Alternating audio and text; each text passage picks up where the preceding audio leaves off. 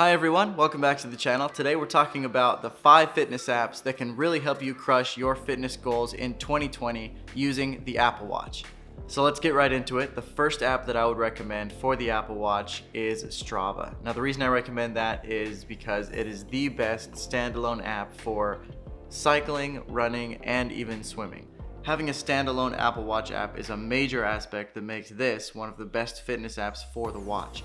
You can go out for a run using only the watch, which makes a huge difference. Let's talk about some of the details that make Strava extra special. The user interface for Strava is very simple and very easy to use. As soon as you open the app, you have a selection of workouts to use. Honestly, the best ones that it has are running, cycling, and you see that there are a lot of others, including indoor ride or just generic workout, even Nordic ski, I guess, for those who are interested in that. But I have found that the outdoor capabilities for running and cycling are quite impressive. So obviously those are the first two here. If you use the outdoor run, you'll see that it gives you just the right amount of information on the screen as you're running, which is useful because you don't want to have this to be too busy. You don't have too much time to go and look at your watch and look at your wrist too often during your run. So you want to be able to see your time, your average pace, your distance, and even having your heart rate on that screen is very useful. If you swipe to the side, you'll see you can finish and pause your workout, as well as do a water lock and jump into the settings, which will give you the opportunity to change units, to also include auto pause for running and riding, as well as add notifications for your different run splits as you're doing your workout. So overall, for tracking cycling and running, Strava is an excellent app, and it's one that I personally use. Now the reason that I think it's especially important as a fitness app is because it really does help you improve your fitness and chase those fitness goals by using the mobile app as well as online to create a significant community around cycling, running, and swimming. Now, keep in mind that swimming cannot be tracked on the Apple Watch. You have to include that after the fact and just add that as a manual activity, but it's something that doesn't cause too much of a headache because you can track those swims through other Apple Watch apps that I will talk about in a minute. But that community that Strava has created helps people to share what they're doing, share their workouts with all of the data included, and you can keep track of your other friends and others that you want to follow through Strava and see what they're doing, and that can additionally motivate you even more to achieve those goals. So let's talk about the second app that I want to highlight in this video. And if you're talking about the Apple Watch, you know that it's definitely in the fitness wearable segment. And since Apple's in that segment, they created their own apps. And these are the activity and the workout apps that can vastly improve your ability to use the Apple Watch to increase your fitness. So Apple obviously knew what they were doing when they built these apps, right? They were up to the challenge of building a fitness wearable to compete in an already fairly saturated market, but there have been some significant improvements over their various software updates for the workout and the activity apps. And let's talk about some of those details. So when you first open the activity app, you'll see your 3 rings for the day. Now these are your move ring, your exercise ring, and your stand ring. The move is based on the active calories you've burned throughout the day. The exercise is number of minutes that you've been participating in active exercise during the day. And stand is how many hours during which you've stood actively for at least 1 minute during that hour. So between 12 and 1, if you've stood up and been active for at least 1 minute during that hour, you will get credit for 1 hour during the day. And you need to close that ring by doing that activity during 12 hours during the day. It is very useful for you to set some goals and really try to close those rings every day, and being active for 30 minutes, burning a certain amount of calories, and being active during 12 different hours during the day is definitely going to help improve your fitness. So I think they're definitely on the right track in what they're trying to do here. You'll also notice that it gives you more graphical information as to when you're performing those activities. It gives you total steps and total distance. You will also see on here different workouts that you've completed throughout the day. Another important aspect of the activity app is sharing. You can share your activity with other Apple Watch users. So family and friends, you can see how they're active throughout the day, if they're achieving their goals, and you can get notifications throughout the day as they complete those goals.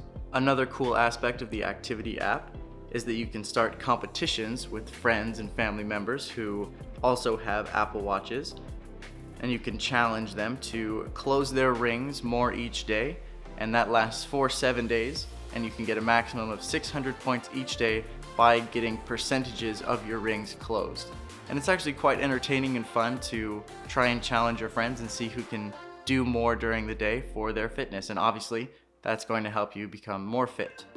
Moving on to the companion to this activity app, which is the workout app. And very similar to Strava that I mentioned earlier, you can select a workout and get going. The thing about the workout app is that it has significantly more options for you to choose from. You can even add a workout at the end if you haven't found what you're looking for. Included are things like badminton, kickboxing, surfing, Australian football. There are so many different options for you to use in the workout app that you wouldn't necessarily find in a Strava or other similar run and cycling tracking app.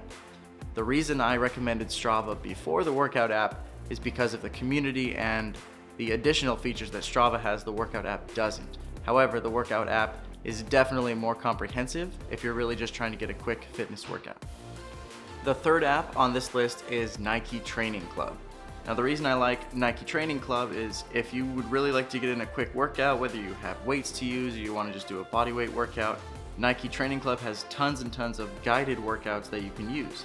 The Apple Watch app they have, it pairs to the mobile app, and it helps you stay on track with each of the movements throughout the workout. Now, these workouts are really easy to use. They're obviously guided so you can see the different moves before you have to do them, and all of the times are already divided out for you. They have tons of different options, so using that is a really easy way to get a quick workout even at home and not needing to go to the gym. A really close behind fourth place is the Nike Plus Run Club app. Now, they're obviously both built by Nike, but this one's more specifically tailored to those who are trying to get more fit from running. Now, if you're trying to prepare for a race, if you're trying to get a little bit more fit, or just increase the distance that you're able to run, the best part of the Nike Plus Run Club app is the ability to create specific training plans using their algorithms that will adapt to you and your schedule. Now, this is a huge benefit because if you're training for something 20 weeks out, a lot of people, and most people, aren't necessarily as capable of creating specific training plans for each day, each week, until that race day. But Nike Plus Run Club will create that for you based on your current capabilities. They can tell you what you should be running each day during week 1, during week 20, and it will take you to race day. If you can stay diligent and keep doing what they have you do and continue to follow the plan, it will be immensely useful for you whether you're trying to complete your first marathon or trying to break 2 hours. There are lots of things that you can do with that app to help you increase your speed, your capabilities, and your fitness through running. Okay, so most of the apps that I've talked about so far are very specifically exercise tracking and sharing. But the last app that I wanted to highlight for the Apple Watch is Myfitnesspal. Now, the reason I want to include this one as well is because this does an excellent job of tracking the food and calorie intake that you have during the day. I don't use Myfitnesspal for the activity tracking that it is capable of, but the other aspects are super beneficial that it brings to the table.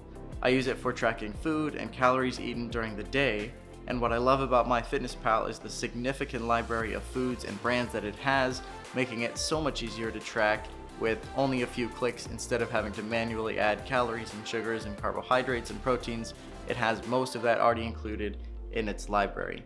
It also has the ability to pull from the Apple Health app, so if you do go on a run or exercise, it can additionally add more calories to your specific daily calorie intake goal, which is very helpful because if you go for a long workout, maybe your calorie goal was 2,000, but that should increase by 300, 400 based on how many you burned during your specific workout, because it does affect what that calorie deficit is going to be eventually. So it's useful to have that tool, and the automatic integration is obviously super useful. So those are the 5 apps that I think are the best fitness apps for the Apple Watch right now, and those that can really help you crush your fitness goals in 2020. If you have any other apps that you think would be super useful for others to see, make sure you leave those in the comment section below, along with any questions that you have for the apps that I went through in this video. If you liked it, don't forget to like and subscribe, and we will see you in the next video. Thanks.